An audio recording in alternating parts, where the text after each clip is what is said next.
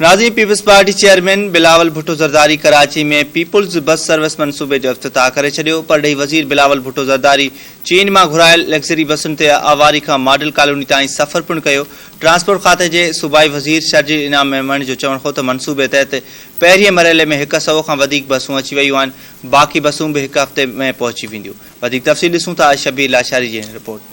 सिंध सरकार कराची के शहरन के बेहतरीन सफ़री सहूलतूं फराहम करण लाइ पीपल्स बस सर्विस मनसूबे तहत 100 खां वधीक बसूं रोडन ते आणे छॾियूं आहिनि। पीपल्स पार्टी के चेयरमैन बिलावल भुट्टो ज़रदारी, वॾे वज़ीर सैयद मुराद अली शाह ऐं ट्रांसपोर्ट खाते जे सूबाई वज़ीर शर्जील इनाम मेमण सां गॾु पीपल्स बस सर्विस मनसूबे जो इफ्तिताह करण सां गॾु बस में सफ़र बि कयो। उन मौके ते ट्रांसपोर्ट खाते जे सूबाई वज़ीर शर्जील इनाम मेमण, सूबाई वज़ीर सईद गनी ऐं ॿियनि धरती टीवी सां ॻाल्हाईंदे चयो त पीपल्स बस सर्विस मनसूबे जूं 100 खां वधीक बसूं चीन खां कराची पहुची वियूं आहिनि, जेकी मॉडल कॉलोनी खां टावर ताईं मुख़्तलिफ़ रूट्स ते हलंदियूं।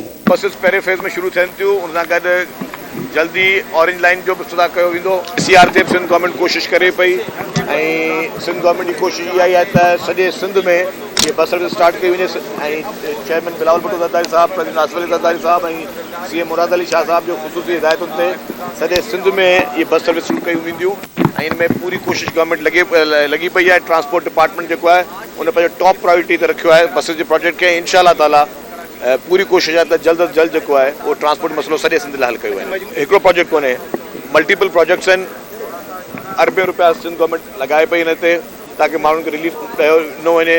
हीअं पेट्रोल जी महांगाई आहे, डीज़ल जी महांगाई आहे, उनमें माण्हुनि लाइ अफोर्ड करणु ॾुखियो आहे। त उनमें जेकॾहिं 25 रुपया ऐं 50 रुपए में को सुठो इज़त वारो सफ़र माण्हुनि खे मिले थो त उनको बहितरी जी ॻाल्हि बि का कोन्हे। सभु शयूं ट्रांसपोर्ट डिपार्टमेंट हल करे पई, जल्दी हल थी वेंदा। बसूं त जेके हाणे हलंदियूं उन्हनि जो तव्हांखे बिल्कुलु जेका रिक्वायरमेंट आहे उन हिसाब सां घटि आहे, पर नेक्स्ट कुझु वीक्स में जेके बसूं पोयां रहियल आहिनि उहे बि अची वेंदियूं ऐं अगस्त ताईं इंशाअल्लाह ताला जेके 7 रूट आहिनि उन ते 250 बसूं तक़रीबन जेके से लॻभॻि इहे शुरू थी वेंदियूं, जंहिंमें ऑरेंज लाइन बि शामिल आहे जेका ग्रीन लाइन सां कनेक्टेड आहे।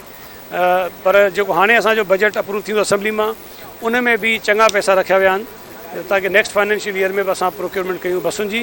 उन सां गॾो गॾु तव्हांखे ख़बर आहे त रेड लाइन ऐं येलो लाइन ते बि कमु हले पियो, उन में बि वॾो हिकिड़ो नंबर आहे बसिस जो जेको उन रूट्स ते हलंदो।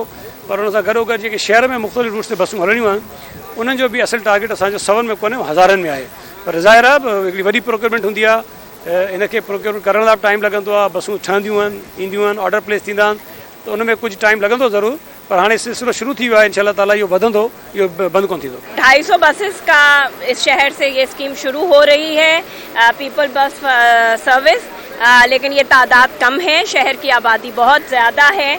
चेयरमैन साहब से भी अपील है, चीफ मिनिस्टर साहब से भी अपील है और मिनिस्टर फॉर ट्रांसपोर्ट से भी कि इसका नंबर जल्द से जल्द बढ़ाया जाए ताकि शहर में ट्रैफिक का दबाव कम हो सके और लोग ज़्यादा से ज़्यादा पब्लिक ट्रांसपोर्ट यूज़ कर सकें। सिंध सरकार पारां पीपल्स बस सर्विस मनसूबे तहत 230 बसूं शहर के मुख़्तलिफ़ 7 रूट्स ते हलंदियूं।